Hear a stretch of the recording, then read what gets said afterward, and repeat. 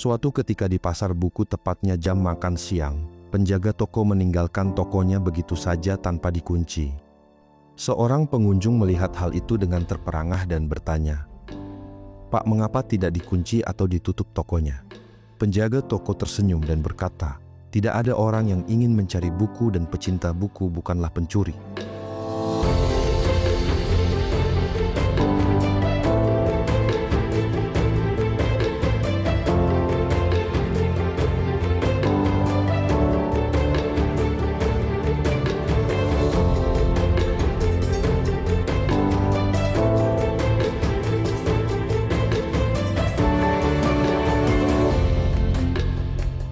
Urbantara, di mana setiap sudut urban punya kisah yang mengunggah, terlupakan seiring perkembangan zaman, namun bermekaran di hati segelintir insan.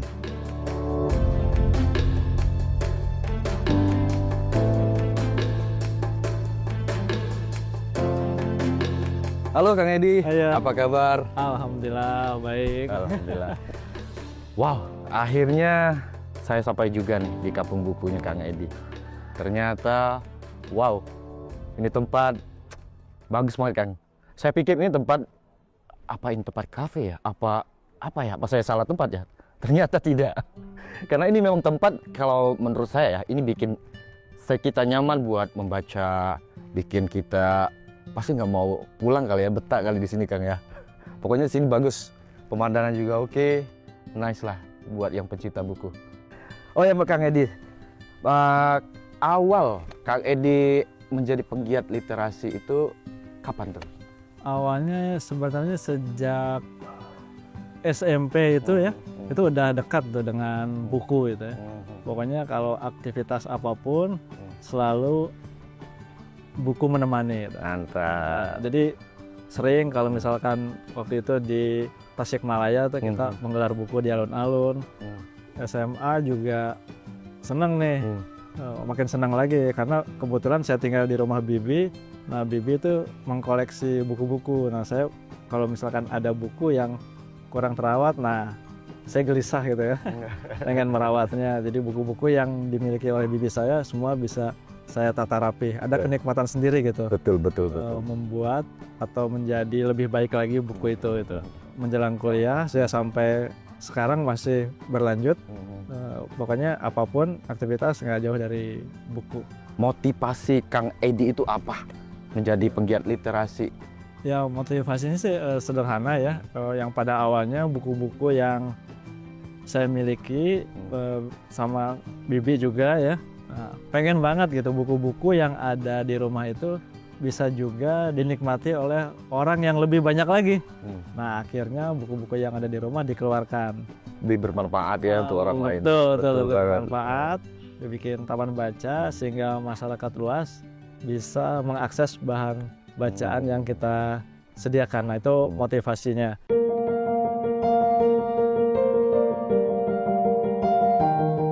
Nah motivasi yang lain juga pengen menciptakan atau membuat sarana untuk belajar gitu. Selain aktivitas membaca di kampung buku ini yang tadi katanya, wah ini apa nih perpaduan kafe atau perpustakaan? Salah tempat ini. Perpaduan keduanya dan emang ini bisa kita katakan surga yang tersembunyi. Ya kapan-kapan boleh siapapun yang bertandang ke sini gitu. Yang pasti bikin sarana tempat belajar, terus dijadikan juga tempat untuk bertanya. Jadi kalau misalkan siapapun, mulai dari anak-anak sampai dewasa, pengen mencari sebuah informasi, nah kita bisa melayani informasi gitu.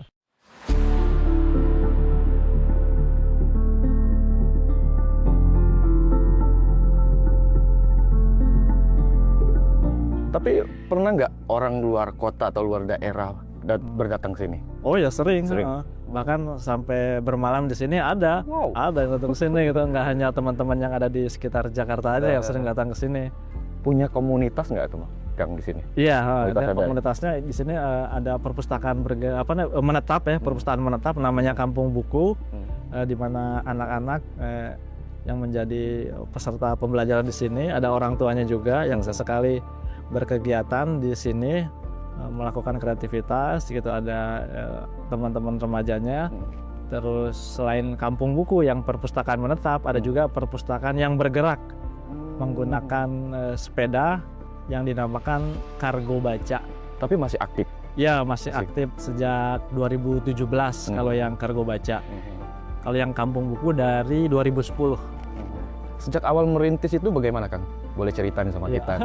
Apa mungkin ada kendala atau apa itu? Nah, mungkin kalau misalkan melihat hari ini, suasana Taman Baca Kampung Buku berbeda ya, seperti di tahun-tahun awal 2010 waktu pendirian gitu.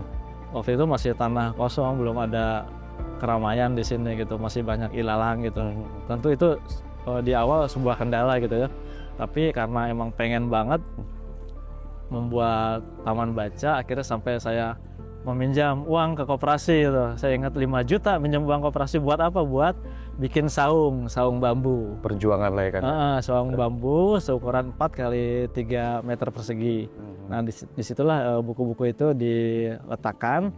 Hanya saja karena saung bambu kan perawatannya ekstra ya. Betul. Karena dimakan rayap, sekarang udah berubah suasananya. Tapi bisa melihat dokumentasi tahun-tahun lama waktu pas kampung buku berupa saung bambu seperti apa, nanti bisa dilihat. Kendala-kendala lain ada lagi nih. Gimana ya supaya anak-anak gitu bisa datang gitu ya ke taman baca gitu, caranya gimana ya gitu. Nah akhirnya kendala-kendala itu coba diselesaikan dengan cara kita menyediakan mainan-mainan edukasi. Menarik ya Mbak, menarik anak-anak ya. Nah, biasanya kan anak-anak suka ya. Jadi nggak langsung diarahkan ke buku dulu. Nah, tapi harus ada aktivitas perantaranya. Salah satunya tadi tuh mainan kan. Ya biarin aja anak-anak main dulu ke sini gitu ya. Keluar dari zona ini atau pengen menyerah Iya. Tuh, pernah nggak kepikiran kayak gitu? Setiap manusia pasti mengalami naik turun ya. Betul. Kadang pengen menyerah. Pengen menyerah gitu. Ada, pasti ada karena kondisi gitu. Itu nggak dipikir ngapain nih bikin kayak gini ya. Gitu ya. Nah, setelah direnungkan lagi ternyata mungkin banyak kebahagiaan-kebahagiaan yang sebenarnya saya bisa dapatkan di sini gitu. Bukan dalam bentuk materi atau gaji bulanan gitu ya. Tapi bagian itu saat anak-anak tuh mengakses buku. Iya.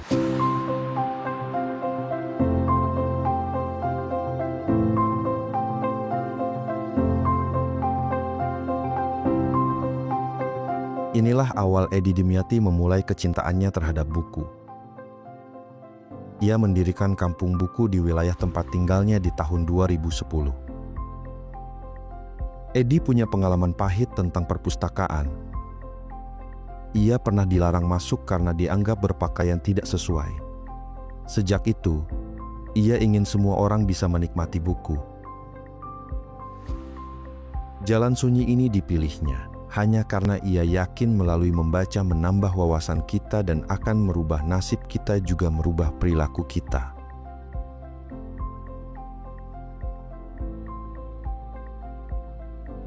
Lambat laun usaha Kang Edi didukung warga setempat. Anak-anak berkumpul untuk membaca bukunya. Hati Edi begitu bahagia.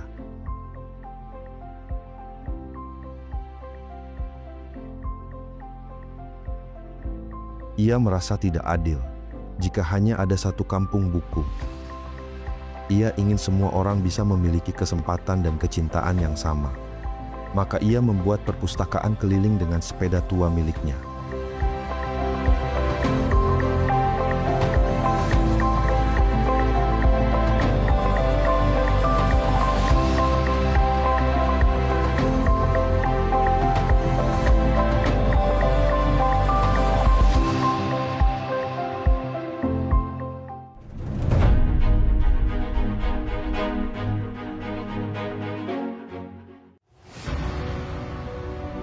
Merah dan putih bukan sekedar warna bendera. Sejak zaman Kerajaan Majapahit dan Singasari, panji merah putih sudah berkibar sebagai simbol kehormatan dan kedaulatan Nusantara. Diteruskan para pejuang kedaerahan hingga pergerakan nasional, sang saka merah putih resmi menjadi pemersatu bangsa. Jahitan tangan Ibu Fatmawati menjadi saksi bisu proklamasi kemerdekaan 17 Agustus 1945. Tahukah Anda, Pada agresi militer Belanda, bendera pusaka pernah dibongkar jahitannya menjadi 2 bagian. Taktik cerdik Hussein Mutahar ini berhasil menyelamatkan Sang Saka dari penyitaan musuh. Kini bendera asli tersimpan aman di Monumen Nasional. Kedudukannya diatur tegas dalam Undang-Undang Nomor 24 Tahun 2009, hormati dan jaga Sang Saka. Karena merah adalah keberanian dan putih adalah kesucian. Merdeka!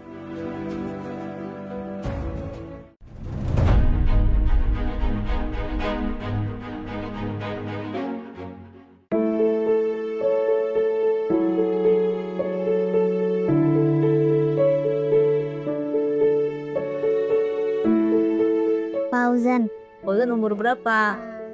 7 tahun, 7 tahun. Fauzan di sini senengnya ngapain? baca buku, Baca buku. Buku apa yang paling Fauzan suka? astronot, Astronot. Cita-cita mau jadi apa? pilot, Lalu namanya siapa? Wildan, Wildan. Umurnya berapa Wildan? 6, Apa yang paling Wildan suka di kampung buku? baca buku, Mau baca buku. Buku apa yang disukain? buku Naruto. Hanya Kaika, aku 5 tahun. Aku suka di sini. Karena di sini banyak buku.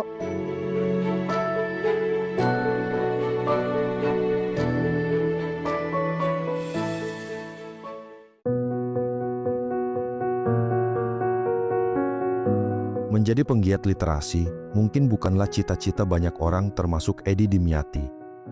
Namun kini, inilah jalan yang ia pilih. Jalan ini pula yang mengantarkan ia menemukan kebahagiaan batin. Mendapatkan dukungan dan penghargaan dari masyarakat. Namun bagaimana dengan kebutuhan materi? Dari mana Edi bisa mendapatkan sumber dana untuk kehidupannya? Kang, di sini kan banyak buku yang tersusun rapi nih.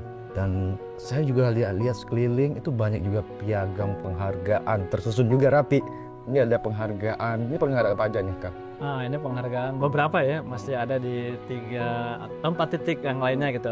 Penghargaan TBM kreatif. TBM itu Taman Baca Masyarakat.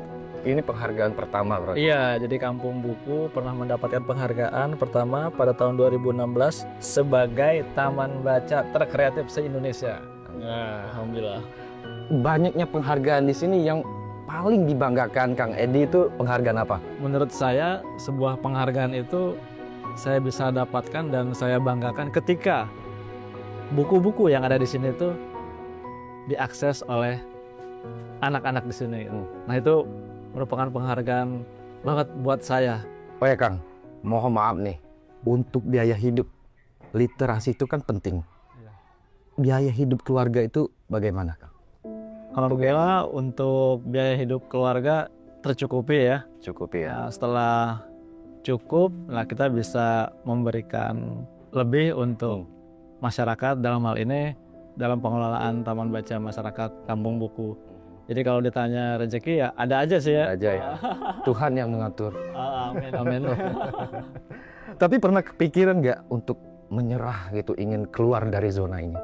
Ya tentunya momen-momen seperti itu pernah dialami, pengen menyerah. Itu baru keinginan, tapi untungnya belum mengambil keputusan gitu kan. Ya pada dasarnya dalam perjalanan tentu ada naik turunnya, kadang aduh malas di bawah, kadang semangat ke atas ya. Dan hal itu wajar gitu. Tapi pada waktu itu dikala ingin menyerah ya, alhamdulillah bisa termotivasi lagi dengan hadirnya teman-teman yang berkunjung seperti ini. Kalau kita didatangi tamu tuh ada spirit baru lagi gitu ya. Pasti ada support ya sama orang juga. Tuh secara moral disemangat lagi. Begitupun kalau saya berkunjung ke teman-teman lainnya. Jadi salah satu untuk menjaga api supaya semangat itu ya kita harus saling silaturahim. Betul banget.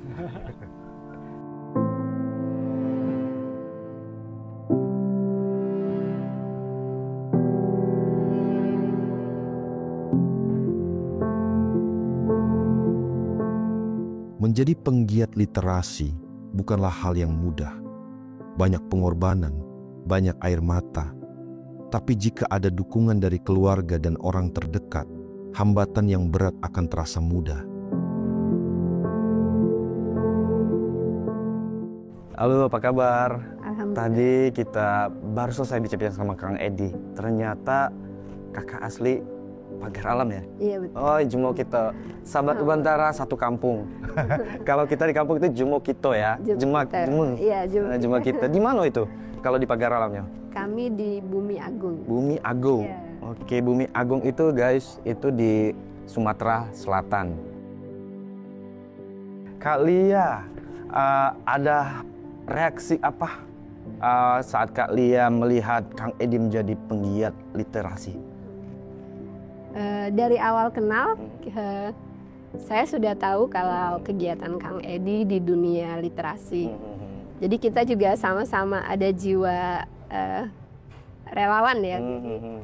Aktivitasnya seputar kegiatan menggiatkan minat baca. Betul. Jadi ketika memutuskan menikah, nah, saya jadi terlibat dalam mengurus Taman Baca Kampung Buku, di kegiatan kerelawanan, dan juga kegiatan sosial lain yang diadakan Kampung Buku. Tapi ada kesulitan nggak saat mendampingi Kak Edi?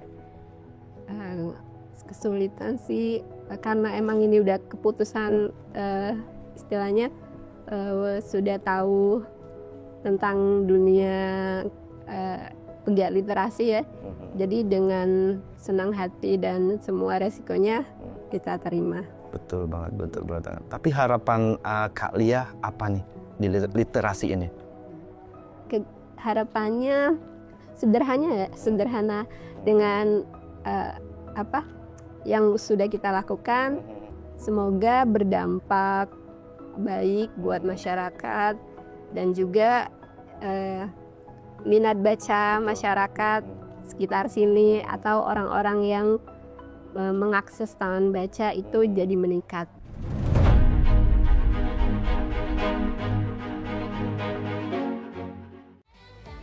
Udah tahu belum? Main tebak-tebakan yuk. Cluenya adalah nama-nama kota. Jika 1 tambah 3 sama dengan Palu, 3 tambah 4 sama dengan Jakarta, 3 tambah 3 sama dengan Palopo, 2 tambah 3 kota apa ya?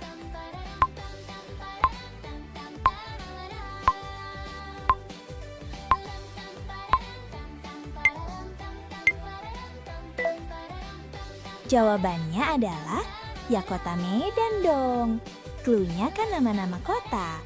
Coba deh, 2 tambah 3 kan sama dengan 5. Jadi nama kota yang ada 5 huruf. Kan bener dong Medan. Hihihi, seru kan? Sampai bertemu di... Udah tahu belum? Selanjutnya, bye-bye.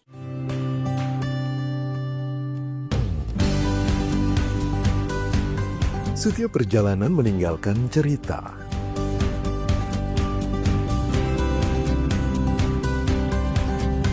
Dan setiap destinasi punya keunikan tersendiri. FOMO Traveling mengajak Anda menjelajahi tempat-tempat istimewa. Dari destinasi populer hingga hidden gems yang belum banyak terungkap. Jangan lewatkan pengalaman terbaik dari berbagai tempat.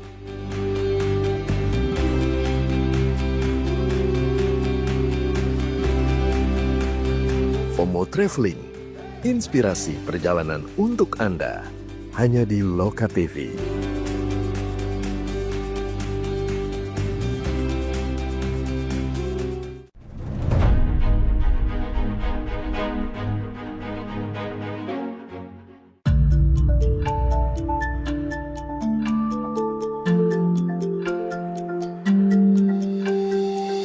Program paling baru dari Edi Dimyati adalah memberikan sampul buku gratis.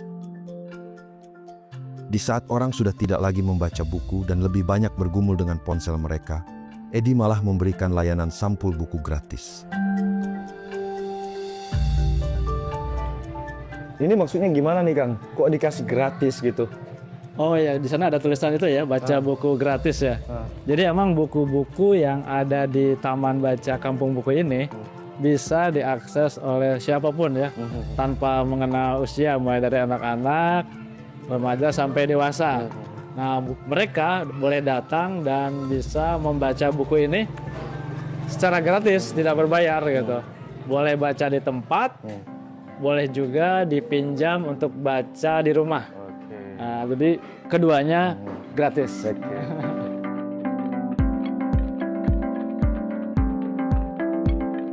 Buku sebanyak ini nih Kang. Cara merawatnya itu gimana tuh? Ya, cara merawatnya yang pasti ya semua benda yang ada di dunia ini punya umurnya ya. Betul. Nggak ada yang abadi gitu ya. Kita hanya bisa menjaga, memperpanjang umur benda tersebut. Nah, dalam hal ini buku ini paling kita naruhnya di rak yang raknya itu lokasinya jauh dari kamar mandi atau toilet. Sebab kalau dekat itu kemungkinan bisa lembab. Kalau lembab kertasnya bisa basah dan mengundang rayap gitu ya. Nah, di setiap buku juga kita taruh kamper-kamper ya supaya seperti apa kayak binatang-binatang kecoa, ngengat atau serangga-serangga rusak ya. lainnya itu bisa menjauh gitu mereka. Dan yang nggak kalah penting juga merawatnya dengan menyampul buku dengan plastik gitu. Supaya kalau pas lagi ngopi gitu ya, airnya pas jatuh tuh bisa dilap. Biar nggak cepat rusak kan ya? Biar nggak cepat rusak lah.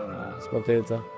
Kenapa sih Kang segitunya cinta sama buku itu gimana sih? Oh iya, karena emang apa ya, membaca buku itu kayak seperti bertualang ya. Kayak ibaratnya tuh kalau misalkan kita berenang, nah kalau nonton film nih kita hanya berenang di atas saja ya, berenang di atas gitu ya tuh. Itu ibaratnya nonton film tuh. Nah, kalau baca buku itu ibaratnya seperti kita menyelam ke lautan.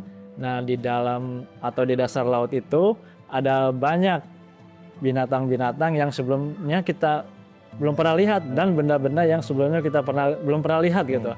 Banyak kejutan-kejutan di sana dan banyak hal-hal baru yang bisa didapatkan. Nah, itu kenapa suka dengan buku dan seru kalau membaca buku itu. Nih, ke buku banyak nih. Buat disampulin nih Kang. Apa masih tetap dilayani sama Kang Edi? Iya, kalau buku ini kan emang kebetulan pas banget ya, selain baca nulis. Ini nyampul buku salah satu hobi juga. Kalau lagi stres tuh saya nyampul buku. Kalau lagi nyampul buku, kalau lagi stres gitu ya. Nah, terus biasanya kalau udah nyampul buku udah plong gitu ya. Betul. Udah senang gitu ya.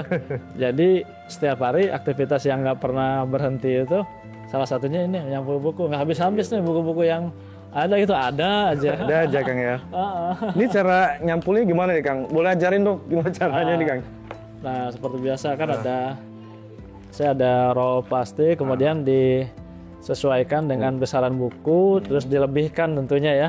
Tuh. Untuk apa? Untuk nanti kita lipat ke dalam lipatan cover buku. Kita gunting. Nah, kita lipat seperti ini. Lalu sesudah dilipat kita kasih solasi. Solasi ya? Biar nempel Kang ya? Iya tuh, solasi yang sisi yang paling bawah nih. Nah, sekarang yang atas sama sih. Sama ya? Sama. Kita potong lagi. Itu baru kita lipat. Nah, ini kita kasih solasi lagi. Saya pernah pengalaman dulu sekolah lo pakai apa itu? Staples ya? Oh iya, bisa juga. Rusak dia. Ya betul. Kalau staples pernah juga nyoba seperti itu. Emang lebih cepat gitu, lebih praktis. Dilipat-lipat staples. Nah, staplesnya suka karatan kan? Iya, lubang-lubang jadi dia merusak buku. Lubang terus berkarat. Nah, karatannya itu menyebar ke kertas buku gitu. Nah, ini sebelah sisi kiri. Nah, kita lipat. Nah, lipat ini. Oh, yang sebelah sini juga kita lipat. Jadi ini selesai lagi. Ini kan yang cover belakang tuh, yang cover depannya juga sama juga sih, seperti cara yang tadi. Nah, kebetulan kita juga ada program nih, program menyampul buku gratis. Nah, itu perpustakaan di sekolah, Oh, program sekolah berarti. baik SD, SMP maupun SMA. Kalau misalkan ada perpustakaannya yang mau kita rawat, kita sampul bukunya, Itu Kang Edi sendiri juga terjun dong. tentunya yang pasti terjun, dan yang lebih pasti lagi ada yang ngebantu, karena nggak mungkin sendiri. Walahan ya. Walahan udah sendiri. Nah, Jadi ya kan tuh. Dia tinggal Simple gitu. ikutin kan. simpel banget ya Kang. Iya, kareki. Oh. Pencuri tidak akan mengambil buku, pecinta buku tidak akan mencari. Kata-kata ini begitu indah untuk menggambarkan bagaimana peran intelektualitas yang didapat dari membaca adalah membuat kita memiliki mental untuk tidak mengambil hak orang lain. Bukan tidak mungkin mulai dari membaca buku, angka korupsi kita bisa ditekan. Memang butuh waktu, namun tidak ada salahnya kita mulai dari sekarang. Saya Riki Reno, pamit undur diri. Selalu nantikan Urbantara, di mana setiap sudut urban memiliki kisah nyata yang menggugah. Sering terlupakan seiring zaman, namun bermekaran di setiap hati segelintir insan.